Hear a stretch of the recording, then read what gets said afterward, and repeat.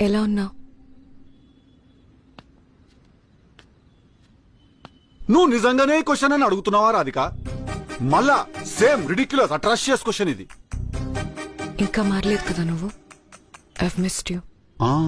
Missed you. నన్ను miss చేసినావా? నన్ను టార్చర్ చేసుడు మిస్ చేసినావా? నిన్నే మిస్ చేశాను. నిన్ను మోసం చేశాను కదా అని నువ్వు నా మనసులోంచి ఏం లేకుండా పోవు. మన ఇద్దరి గురించి ఆలోచించాను.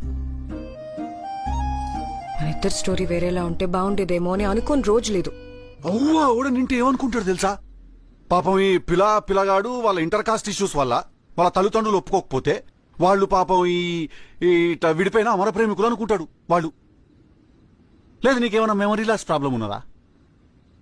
మనమేం అనివార్య కారణాల వల్ల విడిపోలేదు మనం. ఓకే, మనం నువ్వు చేసిన అన్యాయం వల్ల విడిపోయినాము, అది గుర్తు పెట్టుకో. ఓ ఆ స్టోరీ బాగుంటే లైఫ్